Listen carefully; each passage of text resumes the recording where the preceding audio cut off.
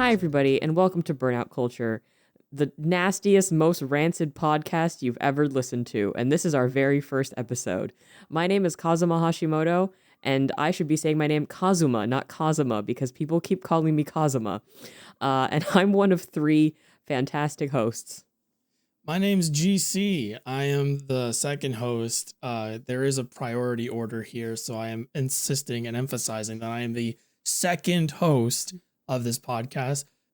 Hey, sorry, I'm calling in from the polling place. I forgot to vote. Who do I write in for president? Canada. Fuck, I forgot my own name too. Name Burnout Culture. Oh fuck! I gotta get out of here. They noticed I broke in. Oh no! This is really dating the episode. Yeah. But I also love all the little bits that Cullen does wherever he is, you know. Especially the fact that he went through the extra effort to re-sign into the call on his phone to get the phone audio, which is not going to come through in editing at all. No, get Craig. Get that part from Craig. I could get Craig. Get Craig. You not only do you have to do that, but I am banning you from including this section that ruins the bit like you did last week. Once again, Cullen asks me to make an edit that requires more work than I need to do for a fucking podcast. Cut out one section of me explaining that, which ruins the bit. Audience, let us know if you think we should have a Patreon so we can fund GC having the bit. Actually, instead, just give GC money on his Patreon. Oh, that's true. Yeah. Or we don't do that. Just do that. Yeah. Give GC money. GC edits everything while Cullen and I yap, and then I make GC stay up with me to play Dragon Age or something. And I'm like, GC, please, I need to talk to you about being transgender right now. It's like, I got you, bro. I'm here. Yeah. I get my little folding chair. I get my little Capri Sun. I'm at a youth league soccer game. No. I'm there in my shorts. My fucking knees are muddy. Snot's running down my face. You're Coach McGurk and I'm Brendan. Brendan, you ever played Dragon Age, Brendan? What's Brendan, you ever play a game called The Missing? Oh my god. What's it like being transgender, Brendan? Well, okay. You know what? I was gonna make that fucking, you know, the Missing and like how I interviewed who the fuck was the creator of that? Swery? Was it Swery? Yeah. Yeah. And how he was like, well, I'm Buddhist, so therefore, and it's like, that isn't an answer, buddy. That's not a fucking answer. That is a deflection if I ever heard one. Yeah. Anyways, I'm transgender, and when I asked developers about being transgender, or, you know, the transgender experience in their games, they shut down. So let me interview game developers about the transgender experience in your video games. Maybe. It'll be one hell of an article, I can tell you that much. You ever seen a well-spoken man completely crumble and forget the fucking language that he speaks? That's what happens. The Burnout Culture. Yeah. That's us. Every 2 weeks we forget how to speak language. My favorite thing about the podcast is like by the end of the podcast we're all like game good or bad, good time, have friend, goodbye. Yeah. I need to sleep. That we're burnt out. Yeah. By doing the podcast. Yeah, we have so much energy going in, and I think it's because we're just very excitable people. Cullen is specifically like a terrier. Not on Fridays when we record these things. Shit. It'll help. But also this is our best day, so yeah. Capitalism has effectively put a muzzle on me, so I can hold in all my excitement and save it for when it matters. I love that for you. Whereas why do you love the death of joy? Well, I mean, you can save it for when it matters, right? Like with Sonic X Shadow? Yeah. Did you know Sonic X Shadow came out? It did, and you were so happy. And I think we should start on a high note before I drag us down into Dragon Age, because absolutely. I'm bringing certain vibes to this podcast this week. So you guys have fun, and I'm going to stew and sit in my fucking hate for like Yeah. 40 minutes. I would never want you to like have to enter our podcast with that energy immediately, because it might like really taint the rest of the podcast. So in the next 40 minutes, I will be sure to, give you a chance to just charge up. Thank you. Yeah. Anyway, I played Sonic X Shadow. It was really good. So yeah, you could talk about Dragon Age now. Okay. Well, thank you. Thank you. Do you want to Yeah, say anything yeah. else about, like All Hail Shadow? No, Sonic Black Sonic Doom? No, I got Sonic nothing. X Shadow Generations was basically a line of coke for Cullen. Okay. He fucking did the line. He had a crazy 15 minutes and then it was over. If you've seen Megalopolis, it's that scene at the party where Megalopolis goes and just does some coke and goes crazy, and then he moves on with his day. Oh, okay. So it's definitely worth playing is what you're saying. Yes, very Okay. much. I like coke. Okay, so it's been like 2 weeks since we hung out, and like for those okay, I'm just gonna like be not real about my mental illness, but like be very candid. I have not been sleeping very well, so I don't remember like anything other than Dragon Age. So are we missing like any other major like I literally barely remember watching you play Sonic X Shadow, and then that was sort of like right into Dragon Age, and then I don't remember anything. No, Sonic X Shadow was Generations was like it's a Sonic game, so it's short. Okay. And from what I saw, I was like, oh, this is some interesting stuff, and the gameplay seemed good, and Cullen seemed to have a great time with it, and that's it. It's funny. I got like largely nonverbal during parts of that, and I had to force myself to say something because I was just like, I was just processing the information at such a fast speed. I had no time to speak words. Yeah. I mean, like, there's some games that have been coming out, like Romancing Saga 2 is the best game ever made. Okay. Yeah, Yeah, because like we're on like so much shit we can't fucking talk about either. Well, I mean, I played Dragon Quest. Oh, do you want to But talk about the good old DQ, the Dairy Queen? Not yet.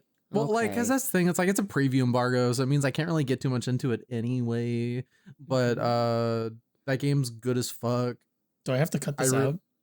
No, Okay, the okay. preview embargo lifted. Oh, okay, perfect. Review on RPG site closer to launch. Dragon Quest 3 is great. Look forward to it. It's really funny that we've spent 5 months having nonsense, bullshit, dog shit, culture war nonsense over like nothing, basically. Over Don't worry. absolutely nothing. It's moving to a different game that starts with a dragon. So Yeah. Or it's leaving now. The Dragon Age Veilguard is out. It might be leaving that and going back to Dragon Quest. who? Well, Some say it's a spiral. a dragon-shaped spiral. I guess. I don't guess know. so. It's yeah. Okay. I will. Okay. We'll like shot chaser. I'll talk about Dragon Age, and then GC can talk about how much he actually likes Metaphor, because I'm quite surprised that you are enjoying Metaphor as much as you do. Yeah. But sure. I'm happy for you because I want people, contrary to popular belief, I want people to find joy in things, because when my friends get excited and happy, I get excited and happy. Yeah. When you're happy, I'm happy. And that way, I'm like a golden retriever, I guess. I don't know. I was able to get a code for Dragon Age the Veilguard, while very few other outlets were not able to get them, which I think kind of stinks, because I think if more people had the opportunity to play and review this game, it would actually be quite positive. I ended up writing a piece for them, so like a Condé Nast-owned publication, and I wrote about the relationships and companions in that game, because Cullen still wants to get through the game and GC wants to get through as well, and I really don't want to spoil their experiences, specifically Cullen, because Cullen is going through Origins, and I'm so excited. I'm not going to talk major story spoilers. I'm only going to talk about specific experiences and encounters in the game. I will say that I walked in and GC had watched me play about like I think 20 hours, and I was really not into that first, I think like 10 hours. Would you say, GC? Yeah, like the opening is not It's not great. at least like the writing, like the you'll get into it, but like certain aspects of like what it was setting up were not great. Like a lot of the introductory stuff to establish your main character is a little awkward. Yeah, it's a little on the nose, right? Yeah. From a design perspective, I understand why it has to be this way, right? Because this is a game that's driven by choice, and that those choices will reflect in later dialogue options and encounters that you get in the game. So the game clearly has to telegraph, like, here is a flag that will allow you to have more expanded dialogue options in the future, or will impact how people will interact with you, which I think the game does a pretty good job of, at least in terms of like the interpersonal relationships you have with the NPCs. Cullen doesn't know who these people are, and I'm not going to share their backstories, but there was a guy that I really wanted to date, Lucanus. He's an assassin, and I had more or less sort of like honed in on him because I was like, he's work-oriented, drinks Cullen, he loves coffee, by the way. He's like a coffee aficionado, and he takes you on a coffee shop date to like reminisce and stuff. It's really it's very like nauseatingly sweet, but it's fun, you know? Especially if you have the background where you're like from the same city he is. You guys kind of talk about what it meant to grow up there and everything, so it feels really personal, and it adds that extra dimension. Whereas if I was like a gray warden or whatever, I probably would have been like, I guess I like drinking coffee. This city's pretty neat. But because I was from the same city as him, we talked about like, you know, all of that stuff. And yeah, it helps build your character out more. Because when I first made my character, I was like, I'm just going to make him like really cute, which BioWare employees have actually told me that my character looks really nice. So that's You made nice. a TikTok fuckboy. He's not a I've seen TikTok it. fuckboy. Leave him alone. No, he's Yeah, there's he's nothing sexy wrong with Ryan being Bergara. It's different. There's nothing wrong with being a TikTok fuckboy, but he is one. Says you. He looks me. very nice. He looks very nice. But I think it's very easy to make very nice looking characters in that game. It's very easy to be conventionally attractive, though it. The one thing I've seen from literally everyone talking about this game, no matter where you're coming from, is like, God damn, the hair in this game is the best hair ever put into a video game. Oh yeah, yeah. It's because from what I understand, they're using haircuts that were rendered in like for FIFA. That's kind of sick. So it's like the same tech they use for FIFA, and that makes a lot of sense because FIFA looks really fucking nice. Yeah. But yeah. So anyways, back to Lucanus. I don't know how to say his name still. I forget. Because thinking about him is agonizing. So basically, I wanted to like date this guy, right? I was like, he's kind of like my MO of like a character that I would personally make myself, minus the extra embellishments that every character in this game has, because every character is God's special child in some way. Like there's always a little too much tacked on, which makes it feel kind of like, because in Origins, right? You have Morrigan, who's like a witch. You have Liliana, who's a bard. You have Alistair, and he likes cheese. Like the characters themselves outwardly are very basic, but the more you know, the more complex they get. Whereas it's sort of like Veilguard front loads you with like so much information, like Emmerich is a necromancer who has like a skeleton companion and he can control the dead, or like Lucanus is a master assassin who has like black raven wings, and you have to sort of like look away from all of that to see what they're actually like as characters, like Lucanus liking coffee, Emmerich having like an existential fear of like dying despite being a necromancer that makes these characters interesting. So, Lucanus and I are getting to know each other, right? We're getting to know each other really well. We're like flirting. There's some things that are going on with him. He's fighting, some like figurative demons or whatever, and like we have this whole thing going on with where we're both from. Antiva is like under some sort of occupation, blah, blah, blah, blah, blah. Well, the game is pretty frictionless until it like asks you to make a really difficult choice. And I made a choice that made him really unhappy. And the game made it clear that he was very unhappy. So I recruited another character while he was sorting his shit out. He basically broke up with me. I'll put it that way. We had a conversation. I asked him if he was fine, and he said, no, I can't do this. I need to leave. And I was like, oh my God, okay. Because I've never been broken up with in a Dragon Age game before. I usually am really good at making everybody happy or making everybody hate me so nobody leaves or whatever. Because if they have complete disdain for you, they sort of stick around despite it all. And if they really like you, then they're like, we love you. We're friends. Yay. And then he just left. So I recruit Davrin. He's a Grey Warden, and he has like a little baby griffin as a companion. And I was sort of flirting with him, and I was telling GC, because you weren't there for this, Cullen, but I was like, the griffin's cute, but I don't really know if I want to be this guy. And GC, you brought up it was sort of like the equivalent of dating a guy for his dog.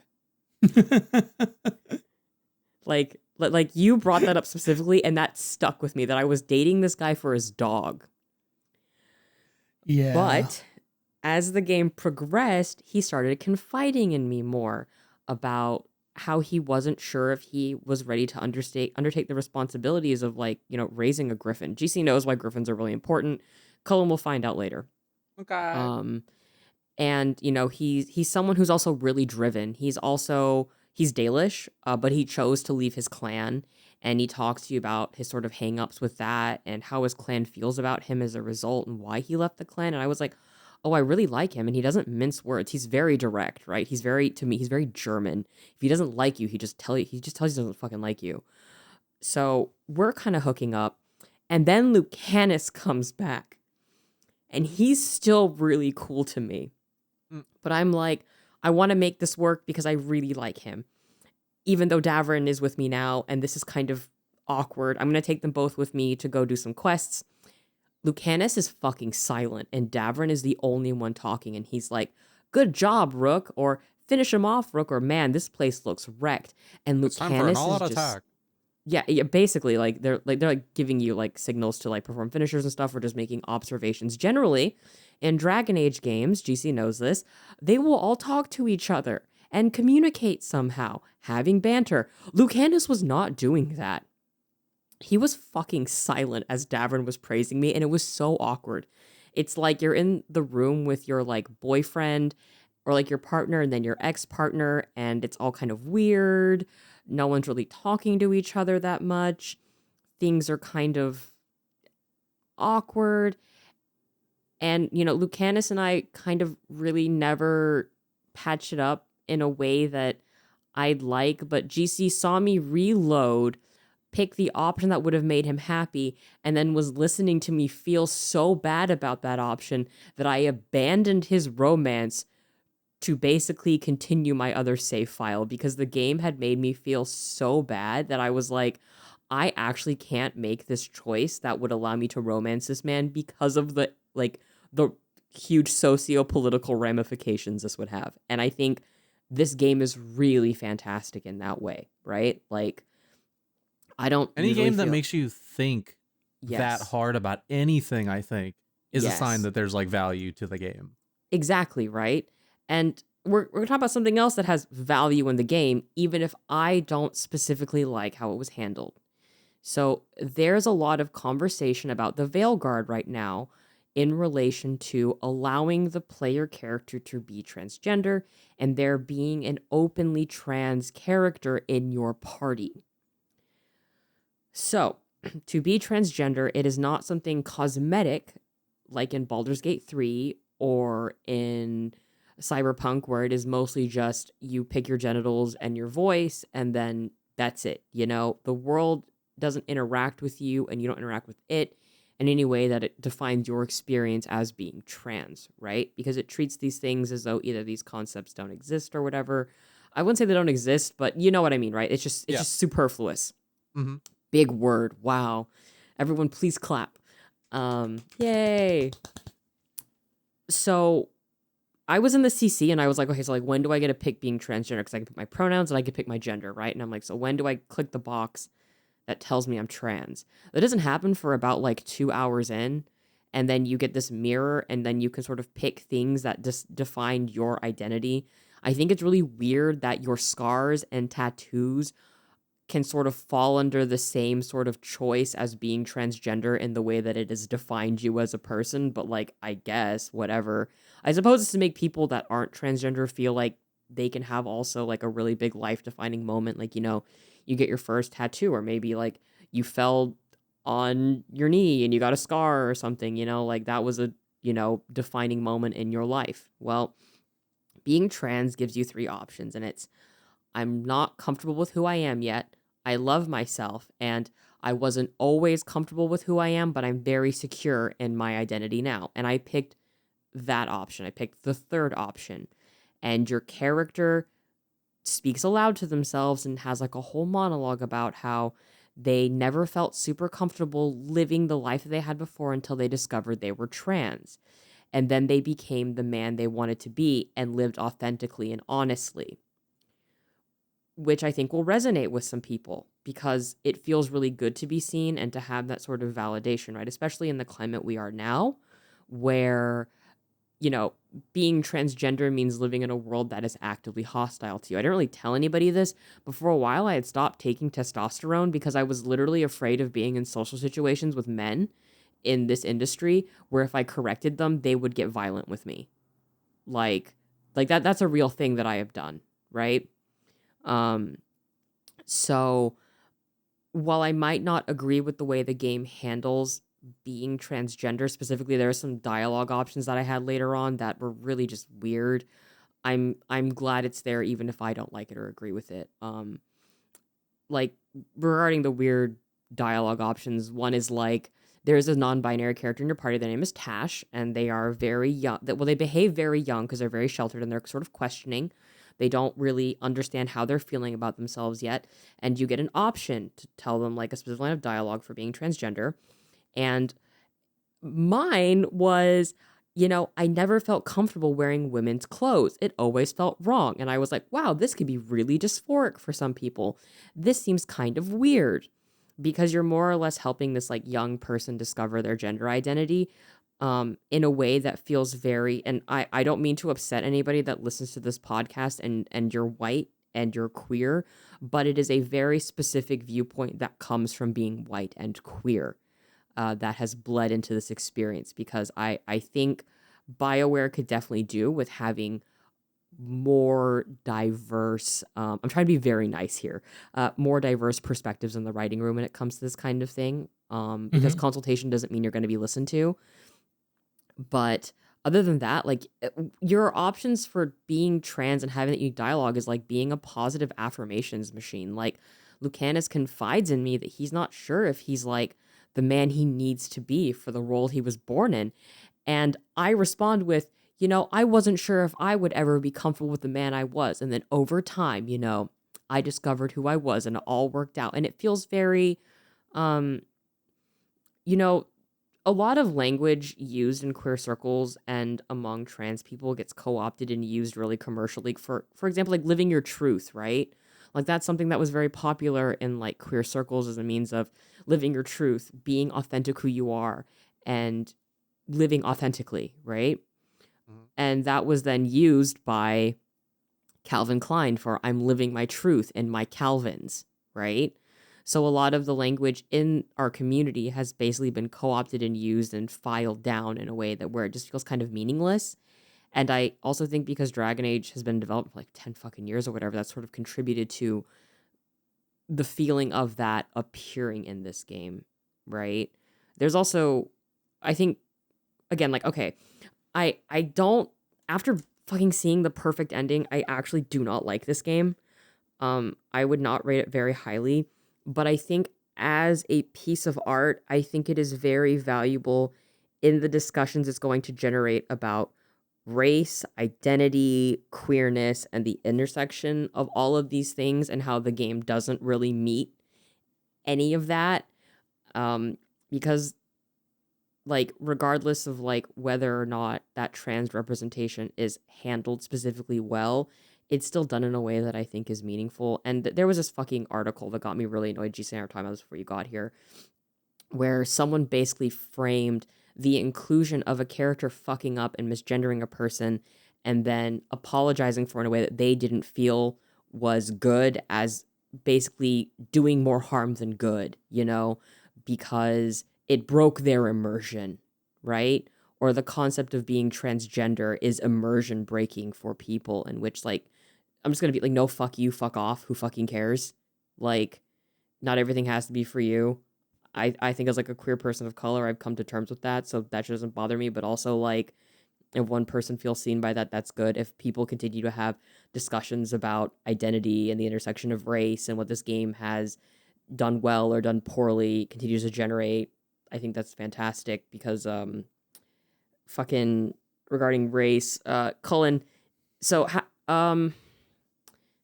as our resident white boy. Yes. Yes. I'm gonna sorry. Immediately, I was like, "Oh yes, Yeah. hello. You Yeah. needed the white perspective. I Okay. am here." Cullen comes in a propeller hat and a big lollipop. Yeah. So imagine you're like part of a revolutionary group, right? That is helping. Oh, I didn't take my medication. That's why I'm feeling really nasty. Hang on a second, guys. I gotta take my pill. Do it. So imagine you're part of a revolutionary group that's trying to basically dismantle an empire and like destroy slavery Yeah, Yeah, and imagine free that's that. slaves. Just Okay, imagine that. Right? Okay. Just imagine that. So I am. like this is a really big thing for you, and you are one of the key leaders in this faction, and you got sought out to help join a larger organization because of your impact, right? And you have like this like room where you have things that more or less have defined you as a person, tapestries on the wall you've collected, a mirror that was given to you by a friend, and the shackles of the slaves you freed. That's a bit self-aggrandizing. Is that the right word? So yeah, like that is the thing. So when you pick a background, everybody is given a background specific item. I was an assassin, so I got like a really like gnarly looking pick that I apparently maybe killed somebody with at some point. And if you pick being a shadow dragon, which are trying to fight back against this like empire that is see, here's the thing with Dragon Age and race, right? Like I feel like it's written by a bunch of white people who draw like real world parallels to actual cultures and races and religions, like this evil empire where they use blood magic to siphon the life force out of people and have slavery and are encouraged to have sex with their slaves instead of, having same-sex relationships with each other. It's all fucked up, right? They're inspired by like fucking like the Ottoman Empire and like the Turks and shit. So like, like brown people, right? Yep. All of the people from there are brown.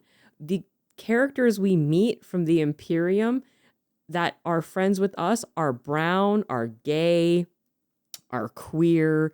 The other character from the Imperium that joins our party, she happens to know a lot of trans people, but all of that representation gets funneled into that one specific place.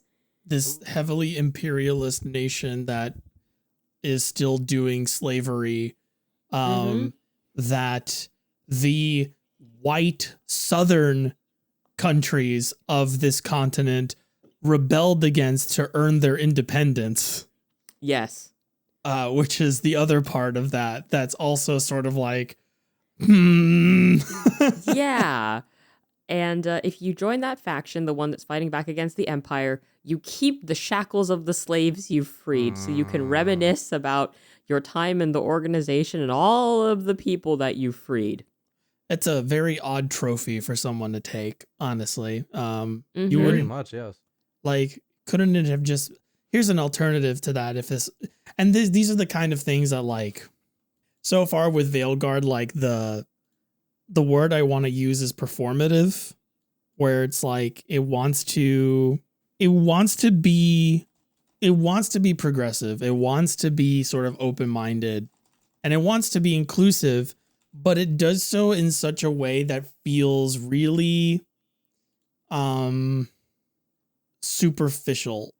Yes, people are saying it's ham-fisted. To me, it feels really shallow. Yeah, like it's not that it's like forced in there. Like it's written well enough. Like it's not like it comes out of nowhere. It's not like, the way that it's, at least so far that I've played, it's not like the conversations that I'm seeing or like the characters that I'm like experiencing are like the things come out of nowhere and like you're suddenly like, oh, where the fuck did that come from?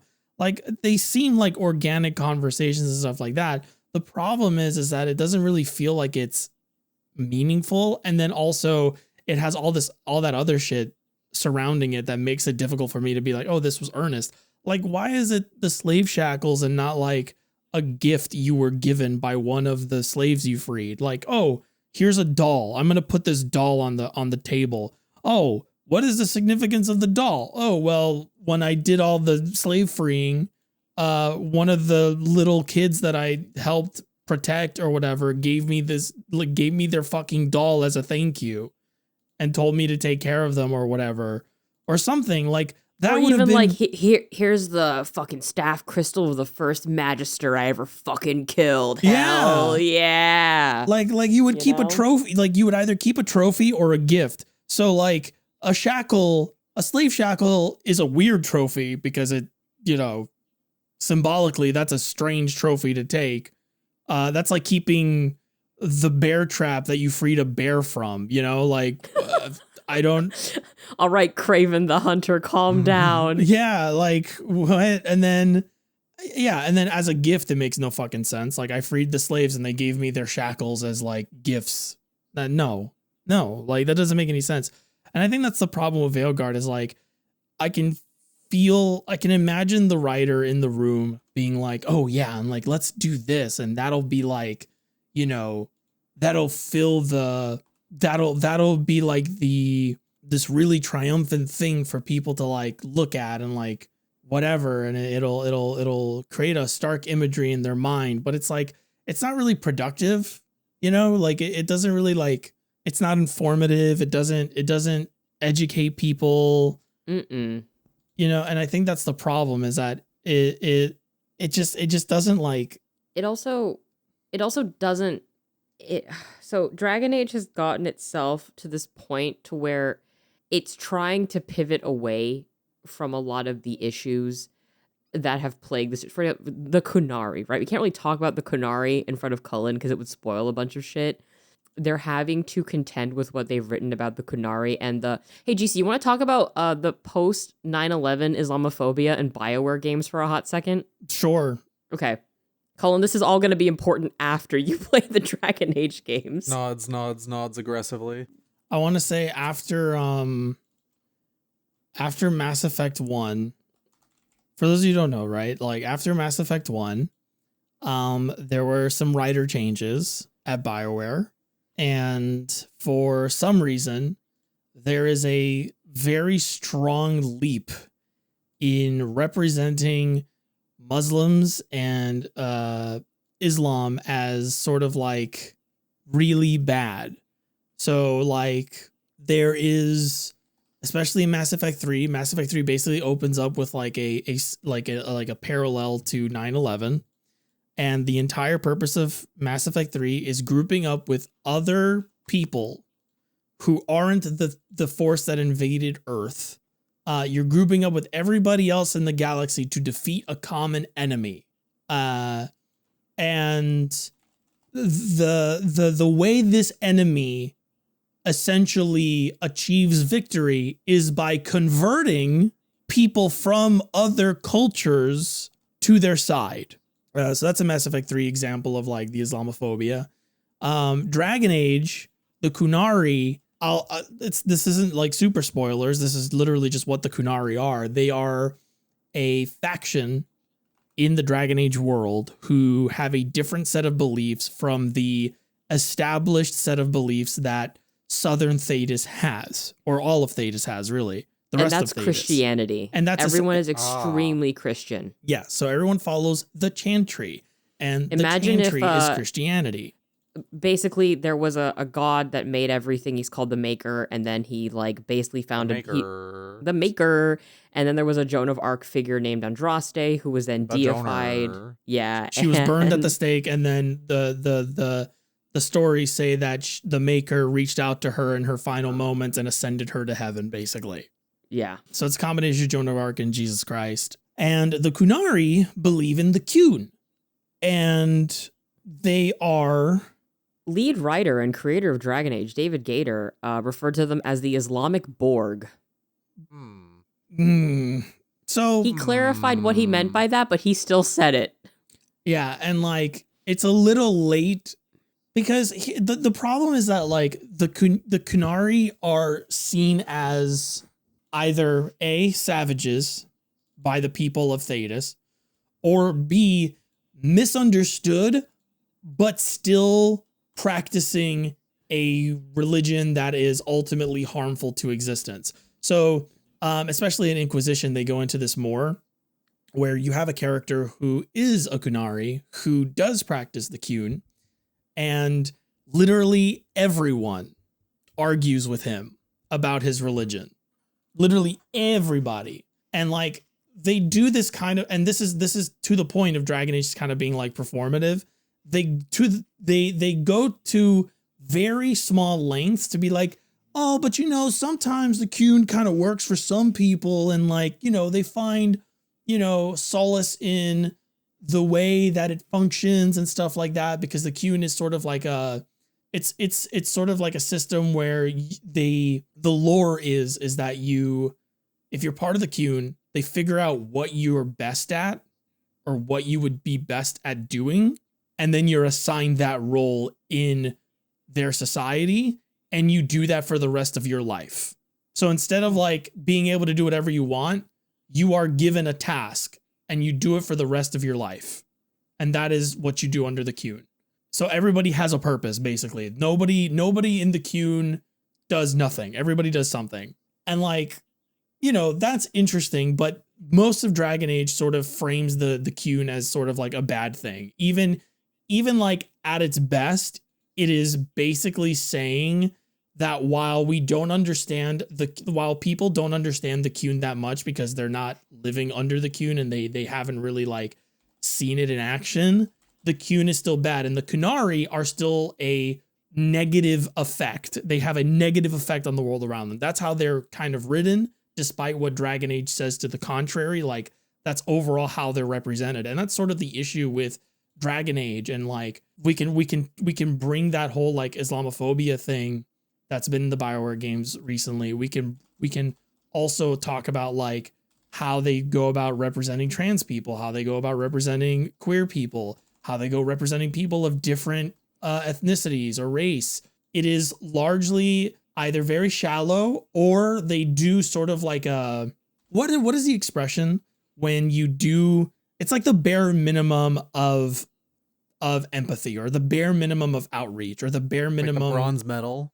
Yeah, like sure, we wrote this entire faction of people as slavers, and we made them all brown, and we made the only representatives of that place gay, and like, oh, it's the Albert Wesker thing. The eugenicist neo-Nazi is now black. Oh, I was gonna say Diversity win. Congrats on Wesker for being gay. I mean, that is. Hey, you know what? Honestly, what's homophobic and gay at the same time? Albert Wesker. That's Yeah, that makes sense. Yeah. That man is fighting against himself. That man is like giving like Chris a kiss on the neck and is like, haha, you're gay, Chris, and runs away.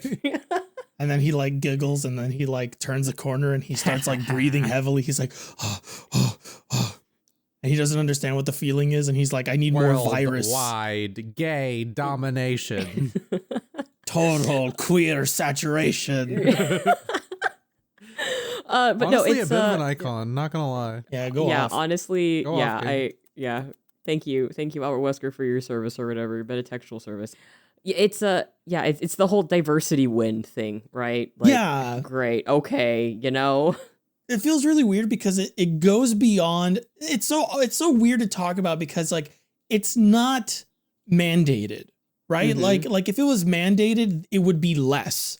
It really feels like your prototypical liberal sort of mindset. White. It's very white. Yeah. Right? Like we can just say it's white. It's fine. No one. If you get mad about this on the podcast, you know what? I'm sorry for you, but I'm not reading all of that. Just like every time I see Dragon Age attempt to do the representation thing and the inclusivity thing, it's not that I don't appreciate it, because I'd rather it be there than not be there at all. Right? Mm-hmm. Like ultimately, that's how I feel. It's like I'd rather you do it than not do it at all. And thankfully, like, I like to think that they are receptive to criticism about it, because I do think they try. I do think they've gotten better since, even if it's only like incrementally. I do think they've gotten better over time at doing it, but they still run into that very problem where it's like, I play a Dragon Age game and they try to do inclusivity, and I'm like, okay, that's kind of good, but like, this reminds me of when the Black Lives Matter protests were going on and a bunch of white people sat in a circle and renounced their whiteness together and thought that that was actually making like an impact, and like that fucking mattered. And if it comes from like I don't, when I want inclusivity and when I want representation, I don't want it framed around white guilt. I don't want a white person constantly apologizing and then going, here's your representation. I just want to see good representation done by people who come from where I come from, or who understand my culture, or who understand what my identity is or what my sexuality is. Like, people who are actually those things, you know? Mm-hmm. And until they start doing that, like, it's always going to feel performative. Exactly. I will say that I agree with what you said regarding, like, it's better that they include it than they don't, because they are going to have to make these fuck ups at some point, and I think making those fuck ups will get them there. But it's, like, really infuriating where you're like, if you had just done this one thing, maybe it would have been better. Like, you bring up the era shock a lot, right? Yeah.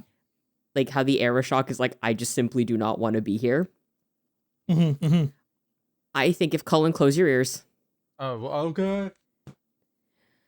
I think if we had just given the era shock his book and he just fucked off, I think that would have done a lot for our, like, the general player's perception of the Kunari for quite a long time.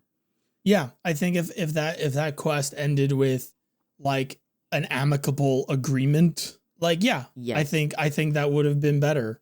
The way it's framed is like, no, these people are unreasonable. They can't be negotiated with. They cannot be reasoned with.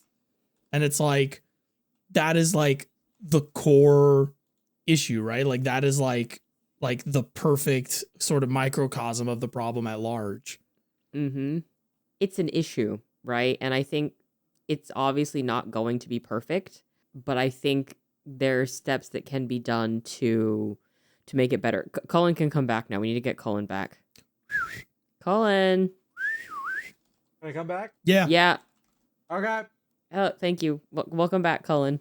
GC was okay. whistling for you. You heard it. You are a dog boy. Oh, fuck. I was going to say, I was watching Sonic videos. Oh, no. So, yeah, and you're going to see more of that in Veilguard, by the way. Specifically things that feel like, you know, like the history on the Spanish Moors, right? Yes, of course. And how... Sure. Spain was at one point occupied by the Moors.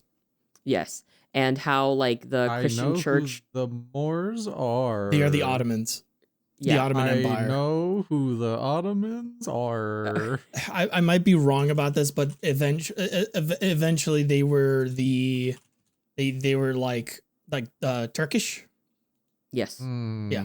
So eventually modern day Turkey. Yeah. I know what Turkey is. Okay, never mind. I was wrong about the Tevinter. The empire is inspired by Byzantine then. The Byzantine Empire? Yeah, because... Is that Constantinople? No?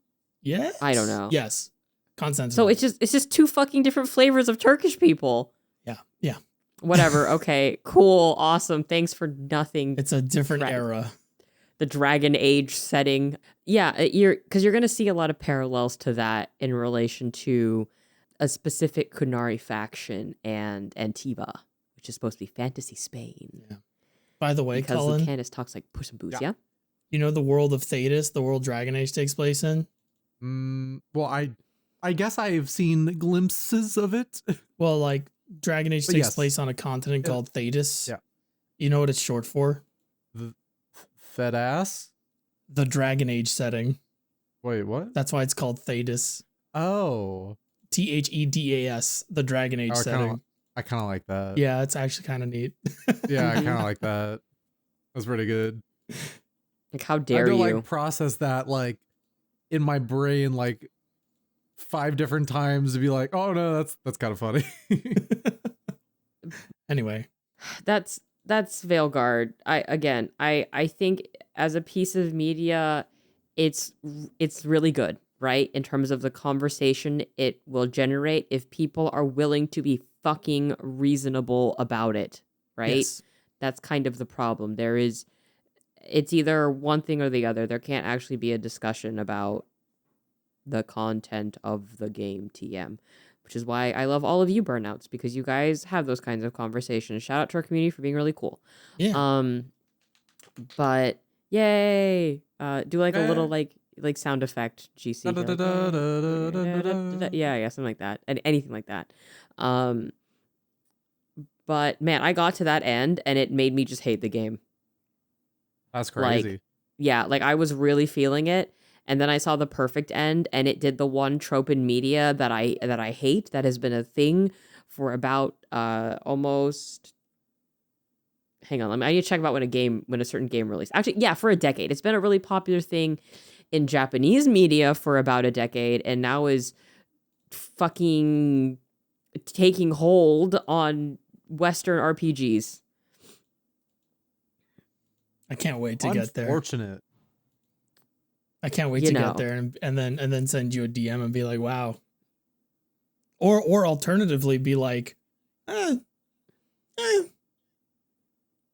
you can have a fun discussion about it. yeah. Yeah, exactly. I just hate it when. Here's the thing that I hate, and this is why I did not like Baldur's Gate 3. The game presents you with this idea that all of these choices matter and are meaningful and will have some kind of greater effect at the end. No, it's ending A or B, good, evil.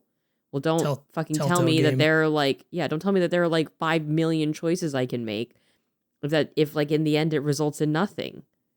Like, don't tell me there are 72 different endings when all of those endings are just like some character variation where Asterion catches on fire and runs into a fucking cave because he's a vampire still, right? Like, don't do that, you know? Whatever, fuck it. And this ending undermines every single thing that has happened in this world ever. That sounds fun. Yeah, and it impacts one character. Oh, wait, Veilguard? Yeah, I'm downloading Veilguard now. Well, you have to play Origins first. You little green. Actually, you don't have to. Exactly. You little green bean, but I would suggest going back and playing it because I have an abiding fondness for this one character in Origins now. I've gotten older, more mature. I really like Logain MacTier now. GC. See, the thing is that I think we all know that I'm not finishing this game anytime soon. I'll probably dabble for like a couple hours, and if I really like it, maybe for like 20 to 30, and then I'll pick it back up way later. We're talking about Origins? Sure. No, Veilguard. Oh, Veilguard? So, I don't know. I think you'll actually, Kazuma and I were talking, and we think you'll actually really like how that plays. Yeah, the combat's really good. Yeah. But like, besides the point, I'm probably going to play Veilguard because they have been forward and being like, hey, no, you can just jump in here. And I'm like, bet I will see if I can. And then I'll go back because like, test. Yeah, and that's the thing. I think people are so afraid to like experience media, quote unquote, wrong, like for these long running franchises, when in reality, in almost any case, games like this are written because like in a certain way where they cannot afford to leave people hanging because that means bad sales. So yes and no. What they have done in Veilguard is they have canonized certain decisions that have happened throughout the series. That is the compromise they have made. But you do get characters from previous games that show up, letters about them, why they're significant, and even mentioned. I will spoil one thing. No one will give a shit about this, but Sebastian Vale was mentioned. So, you know, in my heart, it's a 10 out of 10 because I fucking love that character. GC, do you want to know what they canonized? Yeah, they canonized that he became... Well, more than that. You remember, I think we had this conversation where it was like, at the war table, he's like, you either help me take Kirkwall or I'm going to be really mad about it, and you end up helping, and you can choose to help him or Aveline instead. Yeah. They picked the one where you help Aveline, so he fucking ran away. Great. He was like, fine, I'm taking my gunpla with me and I'm going home. Yeah. But there's some other stuff that pops up with him that I was just like, "Ugh, I like that character a lot. Despite him being like one of the least like Dragon Age. Okay, yeah, the fact that I like Loghain and Sebastian, I think really checks out for me. Never mind. I mean, but they're good. Like they're good characters. Like I don't Yeah. like them as people, but like, you know, they're well written Yeah. characters. Like the fact that I Loghain don't is- like yeah. them is a testament to the way they're written. Yes, like man, I can't. I hated Loghain, and I was like, you know what? Let's see what happens this time. And I was like, you know, okay, he can stick around. He's fine, I guess. But yeah, Cullen, go play Veilguard. I'm gonna rope you into playing Veilguard tonight because I want to hang out with you after this. Okay. Yay! Cool. But yeah, Dragon Age ultimately, I think it is.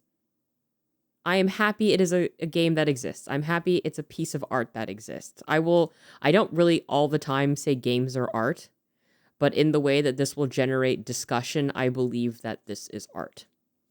Yeah, I think like I unfortunately have to give BioWare some credit in that in failing, they have opened the door to discussing how this could be better. Like how this could be done better and like talking about those experiences and how people react to them and stuff. And it's like, even if I feel like it's like largely performative or like it's not like, I'm not saying that they don't mean it, you know, I'm sure they're trying, but like even if I say that ultimately it comes across as performative to me, I do appreciate that they do it because people end up talking about it and like conversation does happen. We're not going to find those conversations in places like Twitter, unfortunately, or like No. on short form social media, because short form social media is for people to yell at each other on. But like, you know, like on this podcast, we're having a nuanced discussion. On other podcasts, people will have discussions in Discord servers. People will have discussions and like, And this will inspire people to make things, right? Like I will say this, Yes. okay? As I was playing this game, my character was a bunch of fucking nothing, right? But then I grew to like my character so much. I was like, I want to make this character into like a real thing and supplant them into something original, right? And I'm like, oh wow, game inspired me. Don't like what this game has done for the most part, but game inspired me, and this game will inspire other people. And here's another thing, okay? If this game sells well and you can be trans in it in a way that is meaningful, this is going to sound so fucking cynical, but this will show executives and people that finance games that these stories and this experience in a game is worth including because it will make money. yes, Mhm.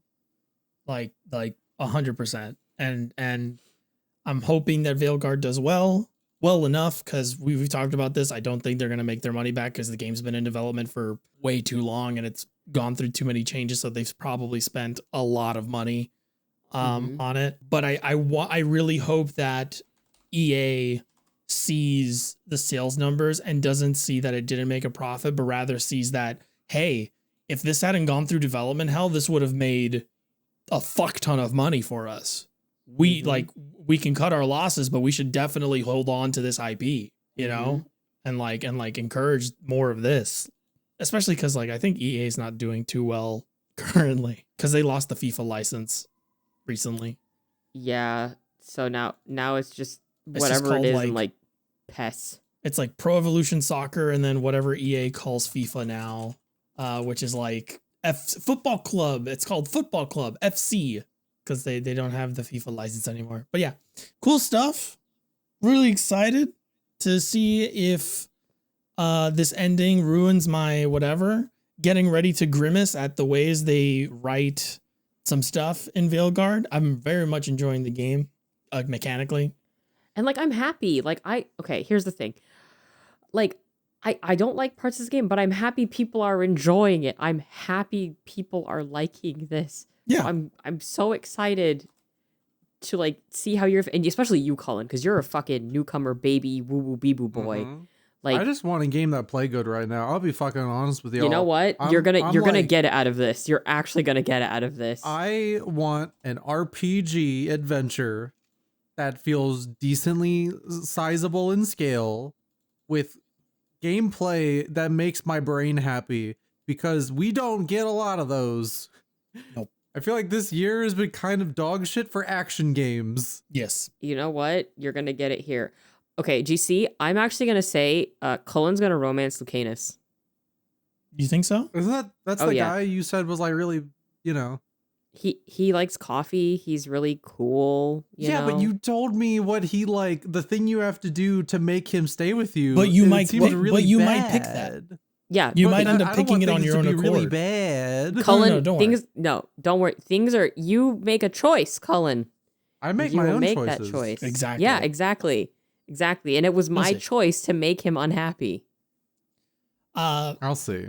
That's another thing that I'm well, very shortly. Veilguard's been very it's very heavy with decisions that, while I argue might not have long-term consequences, the short-term consequences are pretty like pretty good. Like it Yeah. really does make me feel like, oh damn, like this is not gonna like ruin everything that I'm doing, but it definitely makes me feel conflicted about what I'm doing. And the game actually acknowledges it, which is nice. The game, like, you can talk to a character about the decisions you've made, and he'll basically be like, in one of those, he was like, dude, like, being a good leader isn't about making a decision everybody agrees with. Like, You know what? Yeah, I will give Solus that when he was like, "So how you gonna deal with people not liking you?" It's like, I'll simply handle it. And he's like, you know what? I can respect that. yeah. Very excited to see you play some Veilguard tonight, Cullen. But before you play Veilguard, we'll be experiencing a treat. We needed to, so we're going to watch the Takashi Miike Yakuza movie after the podcast. Oh yes, that's good. It's nice and short. Hey, let's talk about the Yakuza series. That's what I was leading into. I was like, Let's we talk needed a about palate that. cleanser after watching the first 2 episodes of the Like a Dragon show that just came out. All right, Mr. Blue Sky, talk away. Mr. Blue Sky, please repost our show. It's not very good, but we need the Views. exposure. It's so bad. It's so fucking bad. It is. I actually cannot believe how bad it is. It's fucking lifeless. It is Yeah. fucking lifeless. You know what they should have done? They should have adapted the Black Panther series. They made a, well, the reason they didn't do that is because there is actually a Black Panther show. Movie from Disney. No, there's a Black Panther show in Japan. They made one, and it's a tie-in with the Then game. do another one. Then do another one. Well, I mean, okay, let's be real. The reason they made it is that it's the first Yakuza. And Is they're just it? trying to Is get- it the first Yakuza at No, I was- all? It's brand recognition. Then you open up and you're like, what the fuck is this? Okay, so Yeah, I'm gonna be so- honest. The moment I saw that they used Impact for the what is it, Yakuza Like a Dragon, and then on their pre-release trailer they used the Arial font with no drop shadow, not even italicized or stylized, I was like, oh, it's gonna be dog shit. It's So gonna be bad. I could go into everything that is wrong with the show, and that would I could ramble for whatever, but I think I'll just read what I wrote to my friends after we watched the first 2 episodes. I'm just gonna read that verbatim because I feel like it's very succinct and it's very well written, and it Mhm. captures how I feel in its entirety. And I think the people at home will understand with this sort of summary. Okay. I wrote, I was ready for it to be a total retelling of the story from the first game. This is true. So one of the things that we came into this series with when we started to watch it was that it's not going to be the original Yakuza, right? Like the Mhm. showrunners came out before they did, before they kind of got ahead of everybody else. They got ahead of the hype, and they were like, okay, we told our actors not to do the research, not to play the games because we want to do our own thing.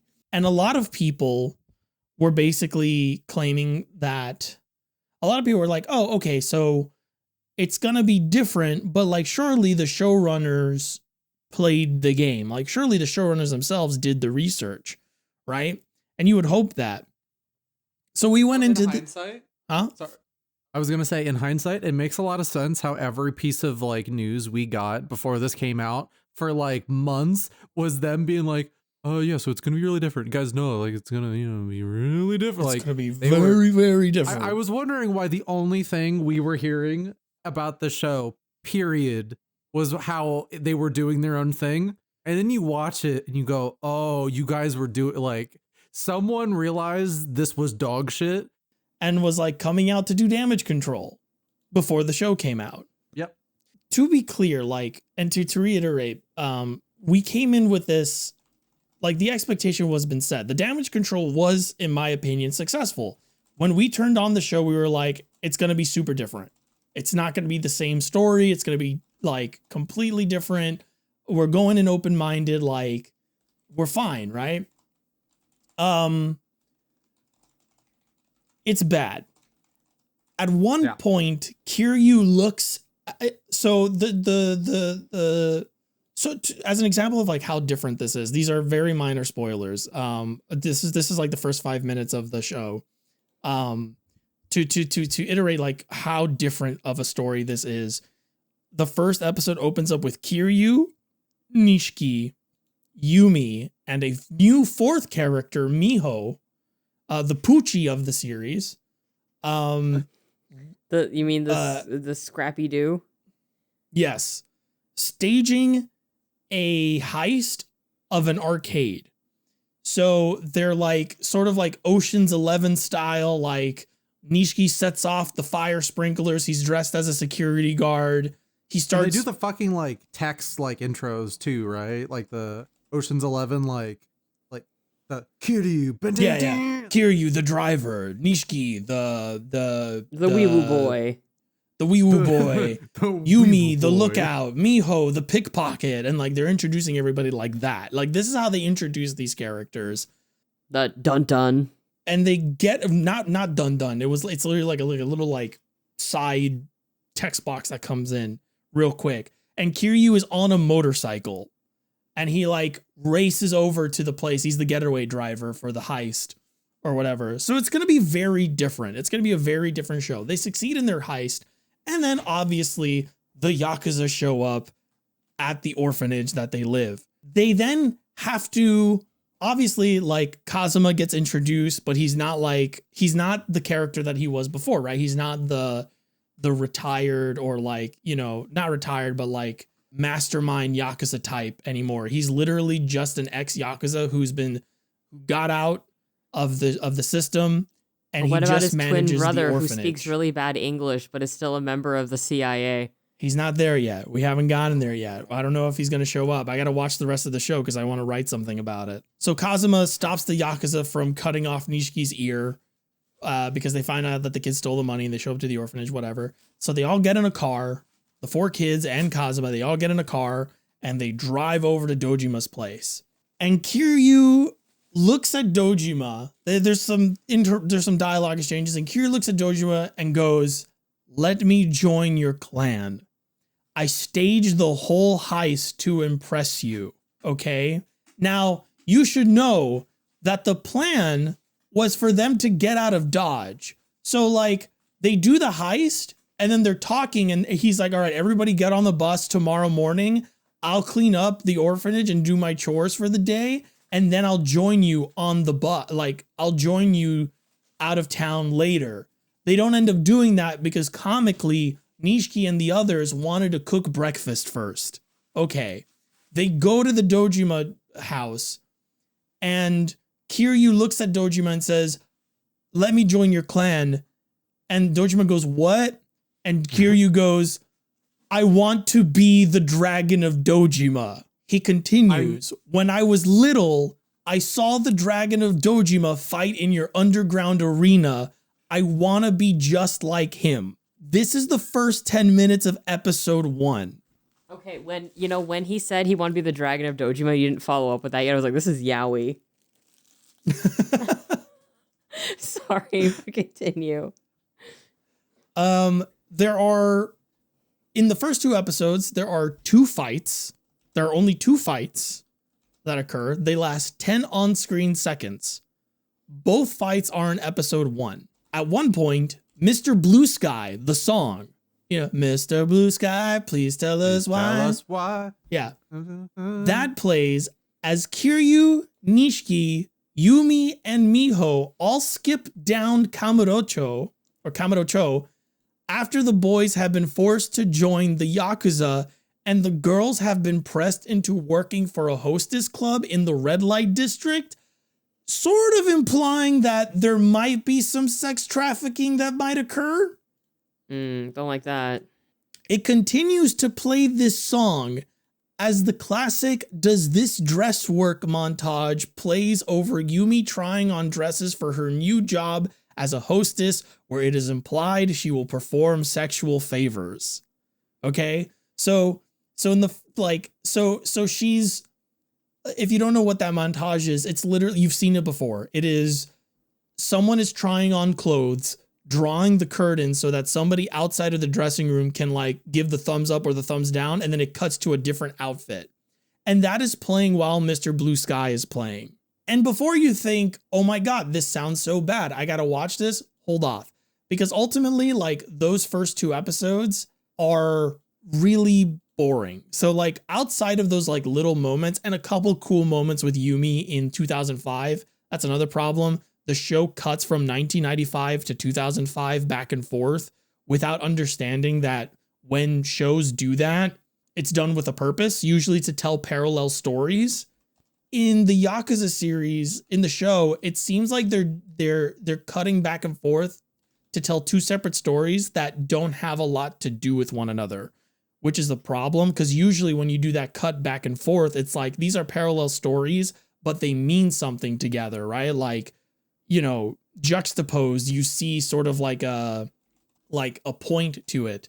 There is no point to it other than to constantly cut back and forth between 2 time periods to just like whatever. And the story could have just been told linear, right? Like ultimately it could have just been told linear. Like there is no significance to that. But anyway, this whole show is filmed flat and wide. There's an emotional scene with Kazuma and Miho, and the camera is 10 feet away in a doorway, like behind a doorway. And you know it's behind a doorway because it's literally framed. Like you can see the door frame in the shot. And there's this really emotional, it's this really like, honestly, like it would have been this really emotional scene because you can see the actors trying to give it their all. Like Miho, Kazuma loses his finger because of what the kids did. And he's telling Miho, you know, you can come back to the orphanage with me. You don't have to work at the hostess club. You're really young. Miho is like easily 14 years old. It's like, you don't have to work at the hostess club. You can come back home. You know, I'll pay your debt. Like I'll work to pay off your debt. Like you don't have to do this. And Miho is like, you know, talking about how she doesn't want to go back to the orphanage and this and that. And the actress is acting really well. Like she looks down at Kazuma's hand and she looks away from the camera. And it would have made for a really good emotional moment had the shot been framed so that we can actually see what the actress is looking at. But because of the way the camera is framed, she looks down at his hand and her hair completely covers her face. So you can't even see what she's looking at. And you cannot see the character emoting at all. You cannot see the actor emote at all. You can't see what her emotions are, what her expression is. You can barely like tell what she's supposed to be feeling in the scene. And they hold that shot. The reason they hold that shot is so that they could hold the shot for 5 minutes because there's no cuts. There's no cuts in that shot. And so that the cameraman can dolly with the actor as Kazuma gets a phone call and starts to move to another room. It's so that he can walk through the door frame that the camera is in front of and like follow him into another room, to which they then cut. And it's like, if you wanted to do that impressive shot, you could have just cut to the door frame while like after you shot the rest of that scene better. But it really feels like they shot everything flat and wide. The whole show is filmed flat and wide. There's a scene where Nishiki pulls a knife on all the Yakuza because he doesn't want to sign his name on like an IOU. He wants to be like an actual part of the clan. Like he wants to follow Kiryu down the road that he's going down. And he grabs a knife and he holds it at the Yakuza. And he's like, get the fuck away from me. And he like kneels down in front of some steps and he's like resolved to cut his finger off to show that he means it, that he'll join the Yakuza. Like he's committed, he's resolute. but the whole thing is shot flat and wide, and it's one really long shot where, again, the cameraman follows Nishiki as he moves, and like his finger is off camera. You don't even get to see him like dramatically like put the knife on the steps, and like a close up of his face as he's like contemplating whether he's really gonna do this or not. And like Dojima is there watching him, and like in your head you're kind of dramatically like filling in the blanks, right? The show does not do that. Like it is a shot that is literally like from far away, so that the actors and all of the extras can be seen in the shot. The important parts of like the actual like emotionally charged elements of the shot are not in frame. It's really fucking bad. Like it legitimately feels like they didn't care to shoot the scenes multiple times to get multiple angles, or they didn't have enough cameras, or they didn't care to have enough cameras. It feels like they shot every scene once. Like it really feels like they did one take of everything. And if they didn't, they wasted their time. It really does. Like the whole production kind of feels like rushed. Yes. And like, if you were to look at how much it costs to make, you would like suspiciously like squint your eyes and be like, where did that money go? Yeah. I like one of my favorite details is the Kamurocho set, which is like one kind of central area they just keep like reusing. Yes. Like it feels very like cheap all around, and like scared to actually put the resources needed to like build this world into making you think it's even remotely realistic. Yeah. To that point, Kamurocho looks like a fucking like set when it's close up. When it's far away, it's very obviously like blue screened in. Mm-hmm. And like Millennium Tower in the Yakuza series, how would you describe it? Big. Yeah, large. But like aesthetically, like architecturally, like what does it look like? It's like Not a trick question. I feel pretty tricked right now. to me, it looks like something that would exist in like the 90s, like architecturally. Like it's very much. It's of a that era. skyscraper. Yeah, yeah. Yeah, it's okay. It's like that's it's like what a I was like, metropolitan you too? skyscraper, right? Mhm. Yeah. It's huge. Millennium Tower in this show looks like a boss hideout from Tron. It is also, it's CG'd. entirely CG. Yeah. It's CG'd What? into the set. It is CG'd into the environment, But it's and it based looks off of like a it real came out of a video. tower. Yes, it is, isn't it?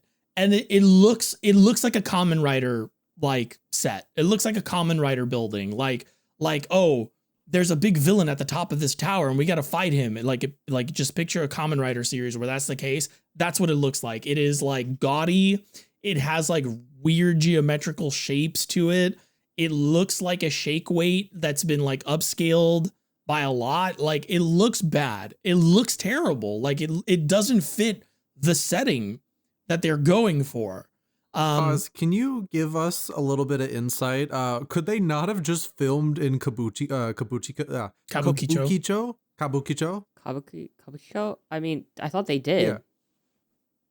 Does not look like they filmed in It a real really location. doesn't look like it. It really doesn't look like it. Because I guess I don't know like how close Kamurocho is to Kabukicho. It's 'Cause it 1-to-1. seems- Yeah. Yeah, so that's why I'm like, why did we build a set?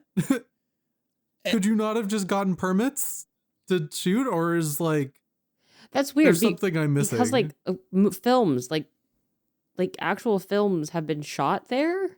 Yeah. And like, if you want to make the argument It's of a like, set? well, Hang on. That's a set. yeah. And it's like, okay, Kabukicho doesn't look the way it did. It doesn't look the way the way it looks now doesn't look the way it did in 2005, right? Or in 1995 for that matter. And like, you could make that argument, but then why CG in a giant video game tower? Ironically, for an adaptation of a video game that just has a regular skyscraper, it is a very weird decision. It is very awkward. It is very like off-putting. Like it completely takes you out of it. The story doesn't play out at all the way that you expect it to. The premise is not Kiryu is like whatever. In 1995, first of all, in 1995, in the original story, Kiryu is already a member of the Yakuza, right? In this story, he is still a kid. He's still like 16, 17, something around there, right? So in 2005, he's not in his late 30s. He's in his like late 20s instead. So already that's very different, right? Also with the implication that the reason why Kiryu is as stoic and as like silent as he is that prison made him that way. Yeah, and not that what it is, and not the way that he's characterized in the video games, where it's Kiryu has kind of always been this very like stoic Hothead kind of guy. Dumbass. Yeah, in his youth he was very arrogant, but over time that arrogance kind of tempers into like, you know, like a seething kind of like anger that he just like is the bigger man. Like he literally Kiryu's entire persona is I'm gonna be the bigger man, you know? Like I'm just but he's gonna always whatever. been like quiet. Like he's Yes. softer spoken even when he is more hot-headed. Yes. In the show, in 1995, he's just a young dipshit. Yeah, and he's like joking around, he's like laughing, he's like a generic, he comes across as a generic main character in a drama series. Like a generic like young main character in a drama series. Honestly, he kind of comes across as a he's just like a regular young kid. Like there's no defining whatever. So, and that kind of brings me to my central point that I want to make is that I understand that the show is not retelling the same story. That's fine. I understand that the show is not the same tone. Like it doesn't have the same tone, which is another thing. It's tonally all over the place. We cut from like very serious like interactions with Dojima and like to cut to slapstick like heist scenes, some silly moments with some of the characters. Some of the serious moments are also comedic. Some of the comedic moments are also supposed to be a little dark, but like not in a way that feels cohesive, not in a way that feels consistent. We're constantly cutting back between two time periods where the characters are vastly different from who they were. But some of the characters are played by the same people and other characters aren't played by the same, like their time skip versions aren't played by the same people, as I've come to find out.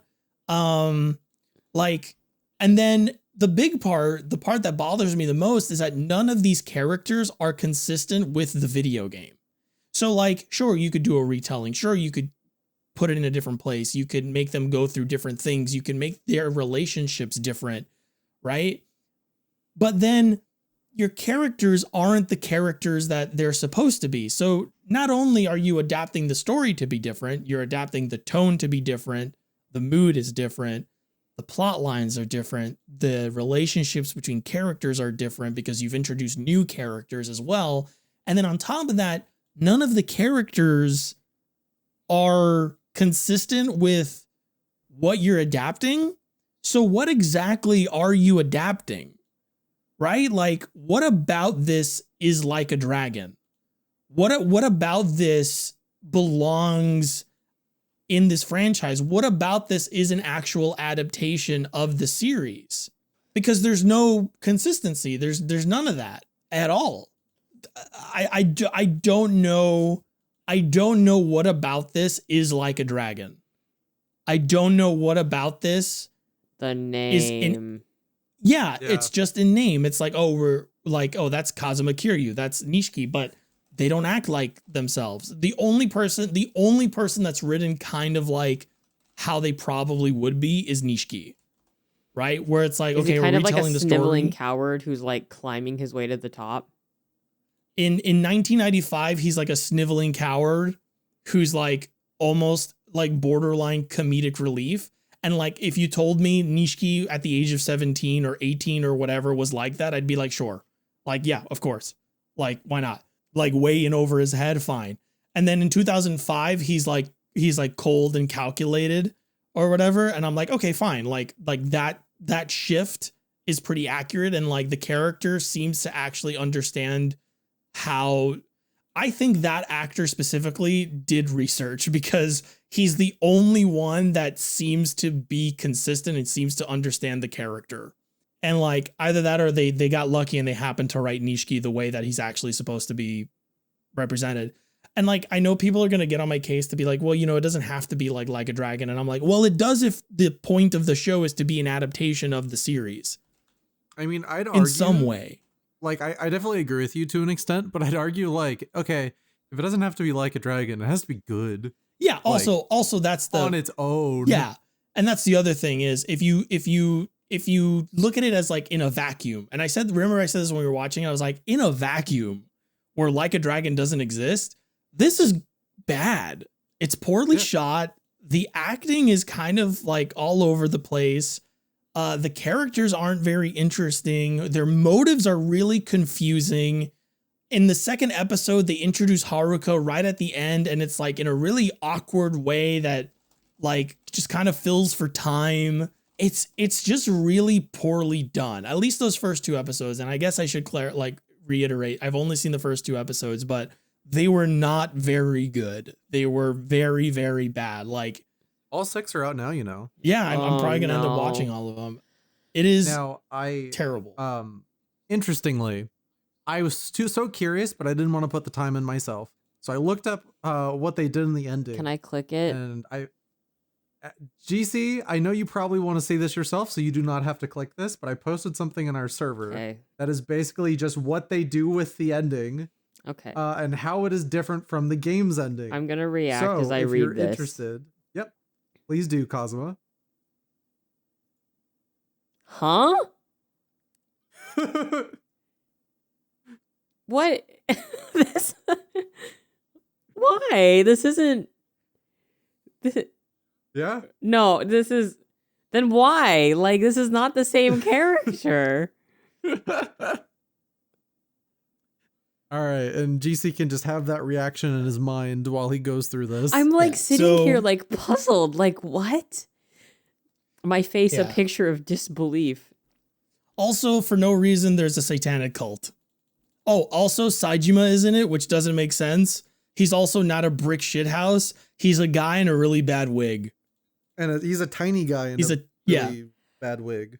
Oh, that's also a really good scene. The first scene we have with Majima is in episode 2.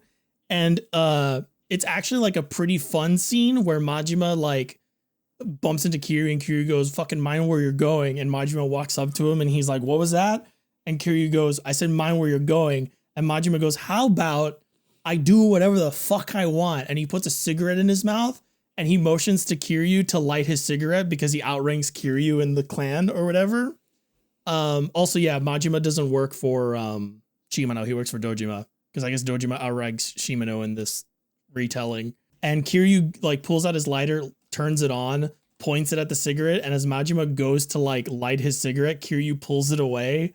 And the actor for Majima follows the lighter for a little bit, and Kiryu clicks it off and goes, I don't do what anyone tells me.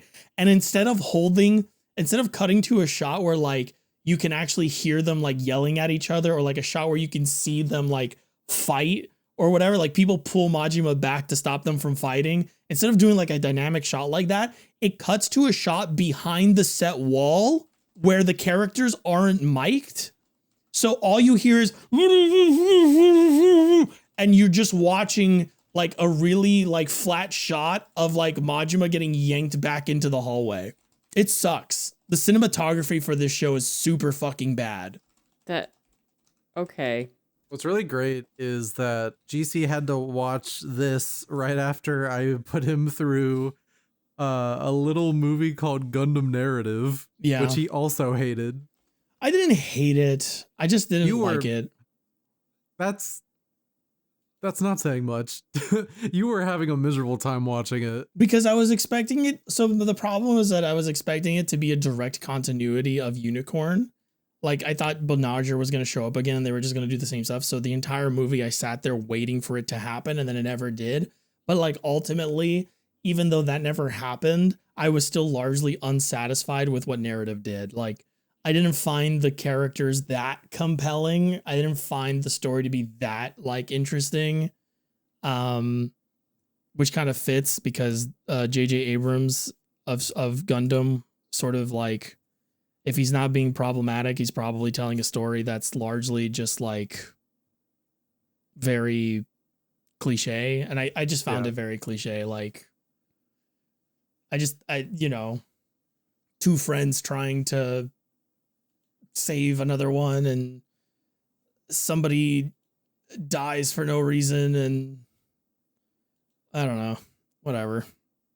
Yeah, I was expecting us to have another like hour long discussion about this before we watched it, but we kind of don't have too much to say besides the fact that surprisingly I really had a good time, and I have already seen the movie another time since. Wow. Yeah. Gundam Narrative apologist. Well, see, the thing about Gundam Narrative is that it's not like ideologically like offensive like Unicorn is. It's just a dumb movie. Yeah. It's like a messy film, and like those are my favorite kind of movies, like ever. I find them so fascinating. So I was like sitting there like, when's it get bad? When's it get bad? And then the credits rolled and I was like, oh, I think people might have overreacted on this one the same way they overreacted on Awakening of the Trailblazer. Yeah, I definitely disagree with people who say that Narrative is worse than Unicorn Gundam. I'm like, there's no way. Yeah. There's no like, way. Unicorn fans hate it and non-Unicorn fans hate it as well. And I watched it and I went, are you guys on crack? It's just kind of a wet fart for me. Like, it's whatever. The Fenix is cool though. Fenix is sick as fuck. That's a cool design. That's neat. I also found like the animation quality to be worse, and like it's fitting that the movie is sort of a nothing movie, because if you think about it, if Unicorn Gundam had ultimately nothing to say, and then you're tasked with doing a sequel and having a continuation of your thoughts that you had when you made Unicorn Gundam, it's very evident that you will indeed have nothing to say in Narrative, actually. It's like Unicorn is nothing to say harassment. Narrative is nothing to say flirting. I almost feel like it's like Unicorn Gundam is a guy saying something at a bar, and then you ask him, what do you mean by that? And then he just kind of stammers for 90 minutes and then walks out. And like, that's fine. And that's fine. Like he changes the subject and then it's over. Like it's fine. You mean Narrative or Unicorn? Narrative. Like Oh, Unicorn, he spends 90 minutes saying some shit about, No, he says you're at this you're at a family birthday party for 7 hours, and he's just telling you about all his Facebook groups. And then you offer like a counterpoint, and then he like changes the subject really quick because he doesn't know what to say. Yeah. And he starts talking to you about the weather, and then he leaves after that. And that's Narrative. It's him talking about the weather. I don't want to have us spend too much time on like Narrative, because I don't think there's too much to get into. There isn't. I liked the movie, but it was like I think for me that made me like it so much is that despite them very clearly jumping the shark, it is ultimately like a character study, so that makes it better than Unicorn, because Unicorn does not have characters. Yes. Unicorn has exposition outputs and people just saying plot things, and it's people sitting in rooms, whereas like Narrative has ADHD and just jumps all over the place constantly, but it is like very into its one hyperfixation, and it really wants you to know everything about it, and then at the end it like waves and runs away. But there's some cool imagery. Yeah. I don't know. I'm probably going to watch it a third time at some point. I'm happy for you. I like it. I like the movie, GC. At first I was like, oh, that was kind of like, bad. Would but, you rather watch Narrative over like a different movie that you like more? Well, what's the movie? I don't know. Like, what am I comparing it to? Not comparing it. Like, there's other movies that you like more, right? Like, there's gotta be. Well, out of every movie that has ever been made, of course. Wouldn't you rather watch a movie that you think is great over a movie that you think is like okay? Well, that's the thing, GC, is after watch 2, it like upgraded my opinion quite a lot. Damn it. I know. Okay. This is the one Fukui thing I'm ever gonna give him, because he did not have time to go on a weird nationalist rant And it almost feels like Fukui did not write this. It would I'm- not surprise me if he didn't. Well, he wrote, I think he did. Like, he at the very least, like, wrote the novel this was based off of. Like, just like Unicorn. But, like, this feels nothing like Unicorn. That is true. It bothers, like the fucking movie opens with the colony drop, immediately kind of being like, yep, this is what Zeon was doing. And then it's like, it inserts itself into the past, like, entries way better by being like, hey, so we're gonna, like, criticize the Federation, but we are specifically going to criticize the Federation in Zeta when they were taken over by the Titans, which was basically just when they got all the fucking Zeon, like, scientists and shit. Yeah. Like, recruited into them. Like, it feels that it's actually putting, like, the right factions to scrutiny in the right ways. It's like, it's got interesting characters that are messy bitches doing messy bitch things. It has an interesting, well, like, it has an entertaining antagonist. It's just like, wow, I was expecting another Unicorn and it's really not that at all. Yep. And I'm like so blown away at just what the fuck this thing is. And I totally get why a lot of people hated it. Because it does go like super robot, like, which a lot of like UC Gundam fans aren't into, but it's like, I checked out of like this branch of the UC with Unicorn. So I already know this doesn't matter. So again, go crazy with it and stop pretending like you're like, you know, just like 0079 and Zeta and Double Zeta, and just like go crazy, go stupid. Yeah. So yeah, Narrative was one of the better pieces of Gundam media taking place in this universe, not written by Tomino, that I have seen. There's like a couple things I think are a bit like how it implies that the first new type was born on Earth, stuff like that. But that's like the worst it gets. So yeah, I got no problem with a messy ass movie. Messy ass movies cannot hurt me. All right. We also watched, we don't need to get into this much either, but this is something Kazuma was actually there for. We watched Netflix Gundam. Oh, fucking, Requiem oh for my Vengeance. God. That happened. Sorry. Sure did. I'm not just a woman and an imperialist. I'm also a mother. But No. more importantly, Yeah. I'm an imperialist before I am a mother. Oh yes. And she hates war and conflict so much so that she decides to say, fuck my kid, I'm gonna stay and do more war and do more conflict forever. So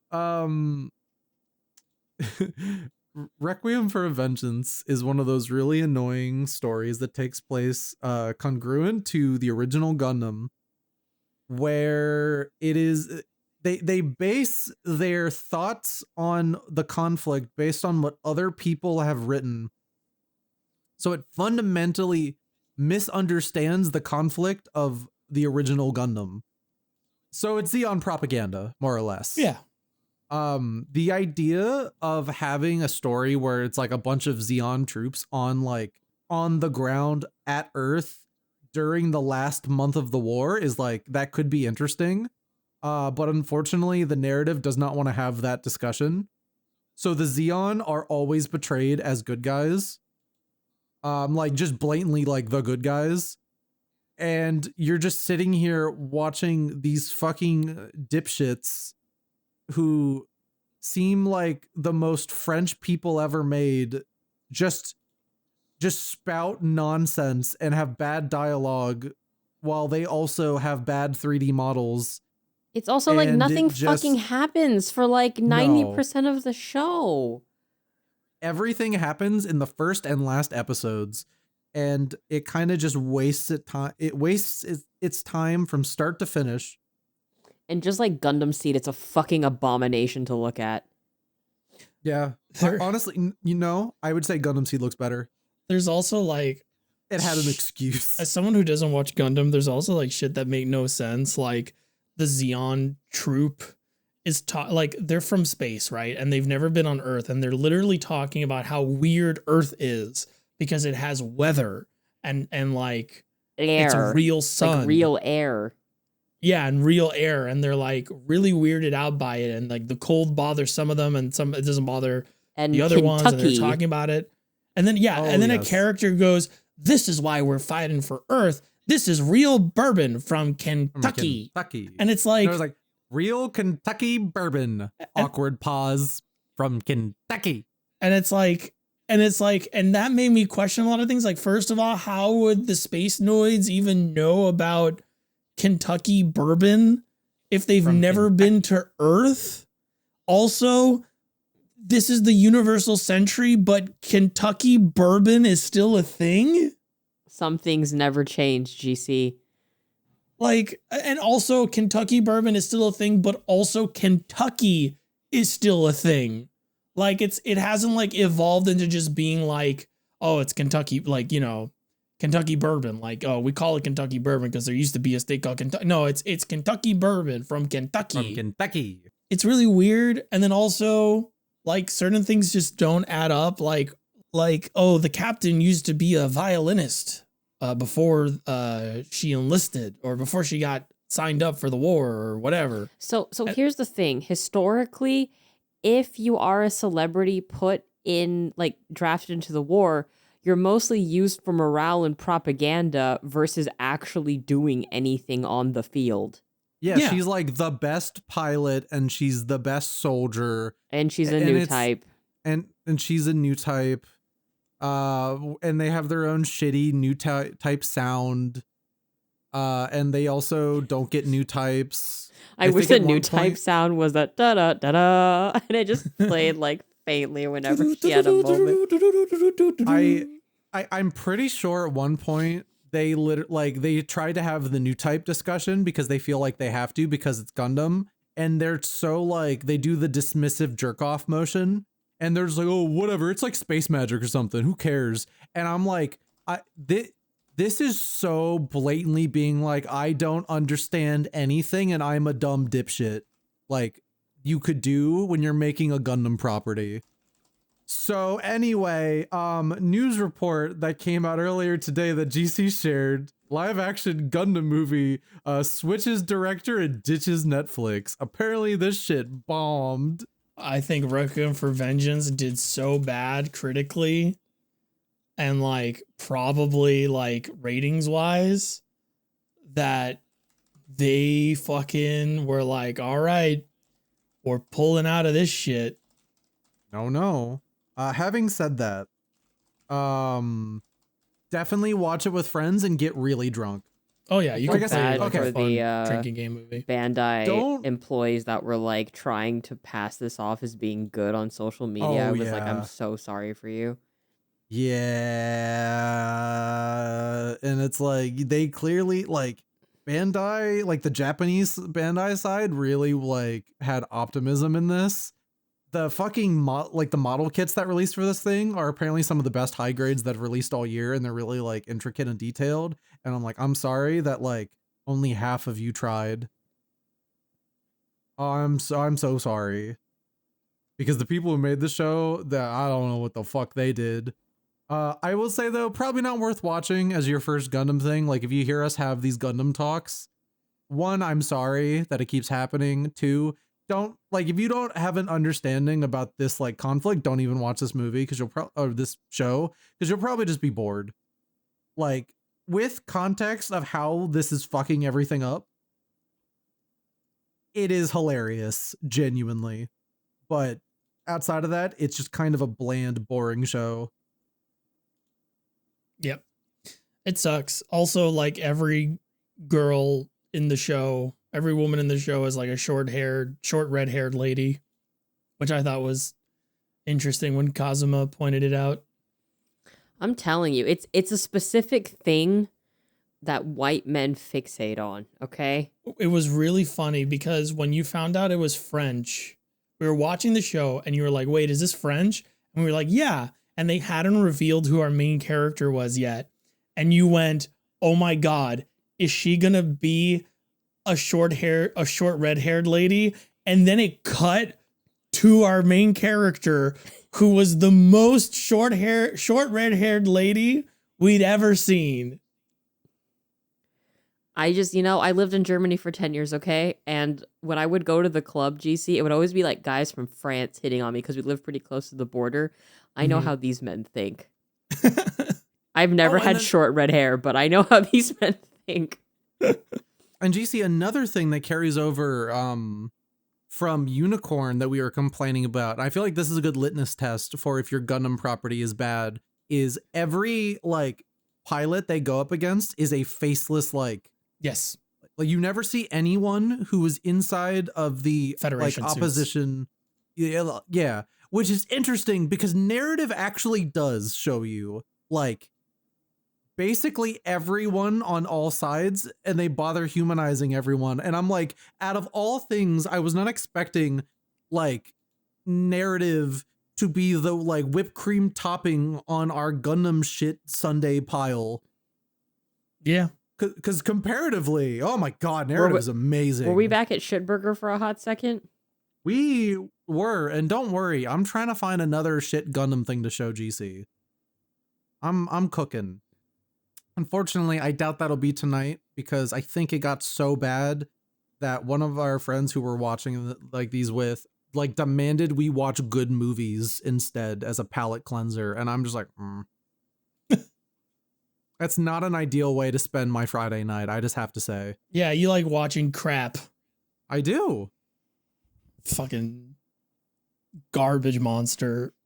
I love it. Yummy, yummy, yummy, and my tummy. Anyway, I think that's it. I wanted to talk about Metaphor, but honestly, we can save that for when I've got more time on it. Hell yeah. How far are you in it? I'm about 27 hours in. Okay. Yeah, that's like not even that far. Yeah. I'm in the third. It's like a third. I'm at the third main dungeon. Yeah, that's about like roughly a third of the way through the game. Cool. Yeah.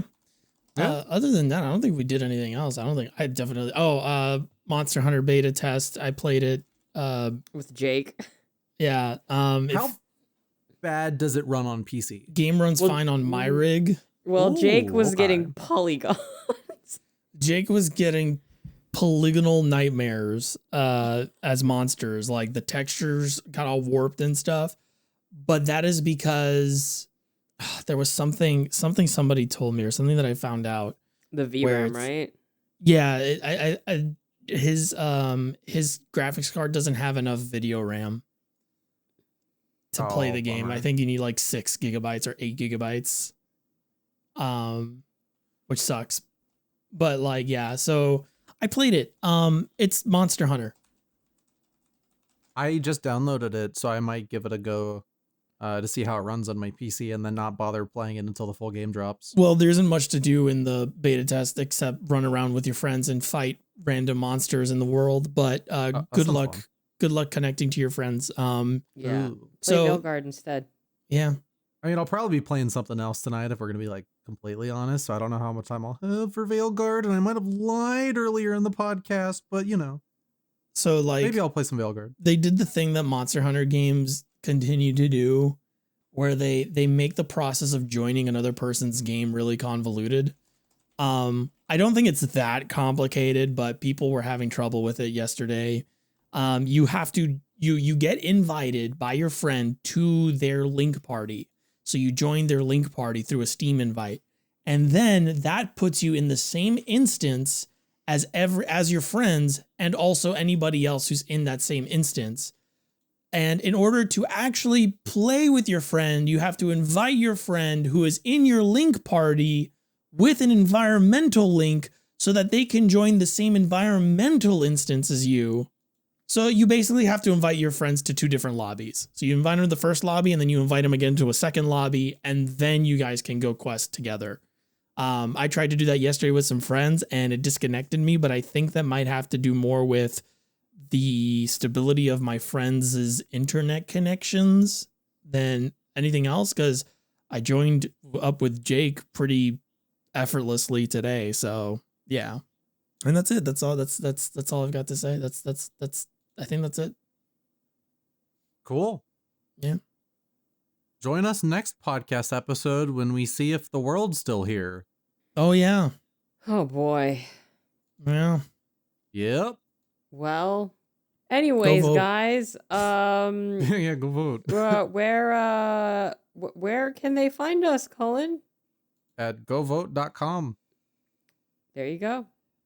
I mean, like, to be quite honest, though, like, we might be ditching the Twitter, so it's like... Yeah, let's just ditch Twitter. So you can find us on YouTube and Spotify. Just look up Burnout Culture Podcast. You're We're listening to there. it right now. Well, whatever. And we're also going to No, reopen. I'm agreeing with you. I'm yeah. like, hey, if you're listening to it here, there's a chance you could find it on any of those other places. Yeah, I might make a Blue Sky for us because it's actually really popping off to the point I want to stop using Blue Sky as much because people are carrying over their bad behavior from Twitter and it's making the vibes rancid. So if you're on Blue Sky and you're like feeding into the same behavior, like just discourse for the sake of discourse and being mad about shit because that's what you did on Twitter, fucking stop it. You don't have to be like that. Break the cycle of violence or whatever. Don't be Red Dead Redemption 2 derogatory, not positive, because I love Red Dead Redemption 2. But yeah, I might go Blue Sky for us. I'm gonna reopen the Discord too. So if you want to chat with other freaks, feel free to join the Discord. I'll post a link in the description of this episode. Cool. Yeah. Well, I guess that's it. I mean, Cullen has to die next episode, so who knows how far we're gonna get. But Was it an off week? yeah, it's an off week. Oh, bummer. I know. I'll get ready to die. Actually, hang on. Okay, yeah, no, I'm gonna be there next week. So, Cullen, you can live. Yay! Okay. All right. Goodbye, everybody. We'll see you next time. Later. Bye-bye.